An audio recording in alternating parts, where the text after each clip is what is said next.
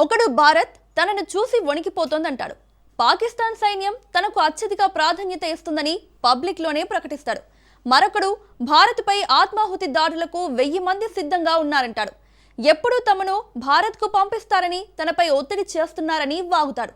కానీ అమెరికాకు ఈ బెదిరింపులు వినిపించవు. వాళ్ళెవ్వరూ కనిపించరు. ఇస్లామాబాద్కు ఉన్న ఉగ్ర లింకులు కనిపించవు. పైగా అదే ఇస్లామాబాద్తో కలిసి ఉగ్రవాదంపై పోరాడుతున్నామంటూ ఆస్కార్ రేంజ్ బిల్డప్లు ఇస్తుంది. ప్రస్తుతం అదే చేస్తుంది. పాకిస్తాన్ గడ్డపై నుంచి భారత్ లక్ష్యంగా ఉగ్ర బెదిరింపులు వస్తున్న వేళ పాకిస్తాన్తో కలిసి ఉగ్రవాదంపై పోరాటం పేరుతో మిలిటరీ విన్యాసాలు చేస్తుంది. ఇంతకు ఉగ్రవాదంపై పోరాటం పేరుతో అమెరికా ఆడుతున్న డబుల్ గేమ్ ఏంటి? ఇన్స్పైర్డ్ గాంబిట్ 2026 పేరిట నిర్వహిస్తున్న విన్యాసాల లక్ష్యం ఎవరు? అమెరికా పాకిస్తాన్ కుట్రలకు భారత్ ఎలా చెక్ పెట్టబోతోంది? ఉగ్రవాదంపై పోరు పేరుతో అమెరికా పాకిస్తాన్ డబుల్ గేమ్. భారత్పై ఉగ్ర బెదిరింపుల వేళ పంజాబ్లో military drills. Pakistan inspired gambit 2026 target ఏంటి? భారత్ దృష్టిలో ఉగ్రవాదంపై పోరాటం అంటే అది ఏ రూపంలో ఉన్నా అంతం చేయడమే. ఒక్క భారత్లోనే కాదు, ప్రపంచంలో ఏ దేశంపై ఉగ్రదాడి జరిగినా తీవ్రంగా ఖండిస్తుంది. ఉగ్రవాదంపై పోరులోనూ సహకరిస్తుంది. కానీ అమెరికా అలా కాదు. ఆ దేశం దృష్టిలో ఉగ్రవాదులు 2 రకాలు. మొదటిది అమెరికాపై దాడులు చేసేవాళ్లు. వాళ్ళను అంతం చేయడానికి ఎంత దూరమైనా వెళ్తుంది. ఏ దేశంపై అయినా బాంబు దాడులు చేస్తుంది. రెండోది తన ప్రత్యర్థిని టార్గెట్ చేసే ఉగ్రవాదులు. వివరంగా చెప్పాలంటే తన మాట వినని భారత్ వంటి దేశాలను టార్గెట్ చేసే ఉగ్రవాదులన్నమాట.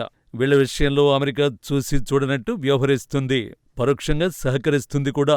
పాక్తో స్నేహం వెనుక 2 లక్ష్యాలు ఉన్నాయి. అమెరికాకు ముప్పుగా మారిన ఉగ్రవాదుల్ని అంతం చేయడానికి పాకిస్తాన్ సహాయం తీసుకునే అమెరికా భారత్కు ముప్పుగా మారిన ఉగ్రవాదుల గురించి అస్సలు పట్టించుకోదు. పైగా పాకిస్తాన్లో అసలు భారత వ్యతిరేక ఉగ్రవాదులే లేరన్నట్టుగా వ్యవహరిస్తూ ఉంటుంది. ప్రస్తుతం ఆ డబుల్ గేమే బయటపడింది. ఓవైపు పాక్ ఉగ్రవాదులు భారత్పై బెదిరింపులకు దిగుతుంటే, ఇంకోవైపు పాక్తో కలిసి ఉగ్రవాదంపై పోరు పేరిట మిలిటరీ విన్యాసాలు నిర్వహిస్తోంది. ఇన్స్పైర్డ్ గాంబిట్ 2026 ఉగ్రవాదంపై పోరు పేరుతో ఉగ్రవాద దేశంతోనే కలిసి అమెరికా నిర్వహిస్తున్న మిలిటరీ డ్రిల్స్ కు పెట్టిన పేరిది. ఈ నెల 9న మొదలైన ఈ సైనిక విన్యాసాలు 2 వారాల పాటు కొనసాగుతాయి. పాకిస్తాన్లోని పంజాబ్ ప్రావిన్స్ ఖరియాన్ జిల్లా పబీ పట్టణంలోని నేషనల్ కౌంటర్ టెర్రరిజం సెంటర్లో ఈ సైనిక విన్యాసాలు జరుగుతున్నాయి. ఉగ్రవాద నిరోధక కార్యకలాపాలే లక్ష్యంగా ఈ విన్యాసాలను నిర్వహిస్తున్నారు. హంతకులే సంతాప సభలు చేస్తారనే నానుణ్ణి నిజం చేస్తూ ఉగ్రవాదాన్ని పెంచి పోషించి ముష్కరులను ప్రపంచ దేశాలకు ఎగుమతి చేస్తున్న పాకిస్తానే ఇప్పుడు అమెరికాతో సంయుక్తంగా కలిసి జాయింట్ కౌంటర్ టెర్రరిజం ఆపరేషన్ చేపడుతోంది. ఈ ఆపరేషన్ పాకిస్తాన్లోని మొత్తం ఉగ్రవాదులే లక్ష్యంగా జరుగుతోంది కాదు, కేవలం అమెరికాను టార్గెట్ చేసుకునే ఉగ్రవాదులే లక్ష్యంగా జరుగుతున్నది. ఇటీవల భారత నిఘా వర్గాలు 131 మంది ఉగ్రవాదులు జమ్మూ కశ్మీర్లో ఉన్నారని నివేదికలు అందించగా, అందులో 122 మంది పాకిస్తాన్కు చెందినవారని పేర్కొంది. అయినా వీరి గురించి అమెరికా స్పందించదు.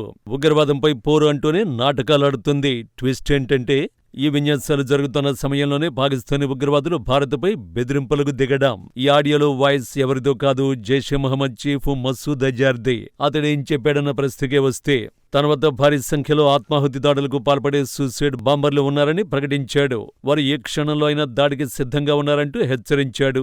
ఒకరు కాదు, ఇద్దరు కాదు, 1000 మంది కాదు, వేల సంఖ్యలో ఆత్మాహుతి బాంబర్లు దాడికి సిద్ధంగా ఉన్నారు. వారు భారత్లోకి చొరబడటానికి అనుమతించాలని నాపై ఒత్తిడి తెస్తున్నారు. నేను మొత్తం సంఖ్యను బహిరంగంగా తెలియజేస్తే ప్రపంచం షాక్ అవుతుందని రెచ్చిపోయాడు. ఈ ఉగ్రవాదులు దాడులకు పాల్పడి అమరులయ్యేందుకు సిద్ధంగా ఉన్నారన్న అజార్, ఈ వ్యక్తులు తమ లక్ష్యాన్ని సాధించడానికి తమ దృష్టిలో షహాదత్ అంటే మరణం ద్వారా మతపరమైన గౌరవం పొందడానికి అత్యంత ఉత్సాహంగా ఉన్నారంటూ పేర్కొన్నాడు.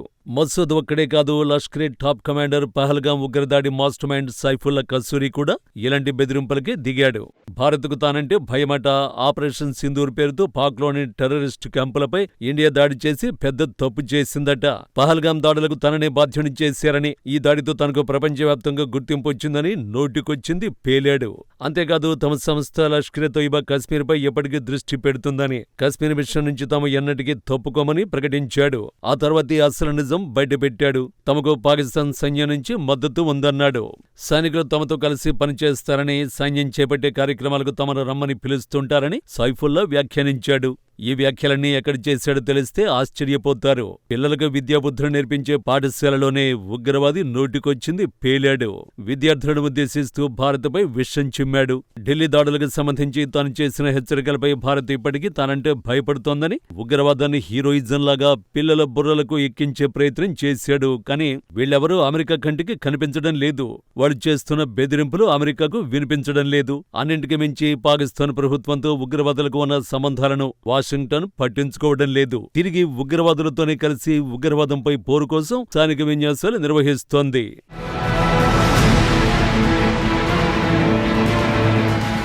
ఇన్స్పైర్డ్ గ్యాంబిట్ 2026 లక్ష్యం ఉగ్రవాదంపై పోరు అని పైకి చెబుతున్నా అసలు లక్ష్యాలు వేరే ఉన్నాయనేది కాదనలేని నిజం. ఆఫ్ఘనిస్తాన్ నుంచి అమెరికా వైదొలిగిన తర్వాత ఈ ప్రాంతంలో తన వ్యూహాత్మక ప్రయోజనాల కోసం పాక్తో కలిసి పనిచేయాల్సిన అవసరం అమెరికాకు ఏర్పడింది. ముఖ్యంగా బగ్రామ్ ఎయిర్బేస్ ను స్వాధీనం చేసుకోవడం కోసం పాకిస్తాన్ సాయం కోరుతోంది.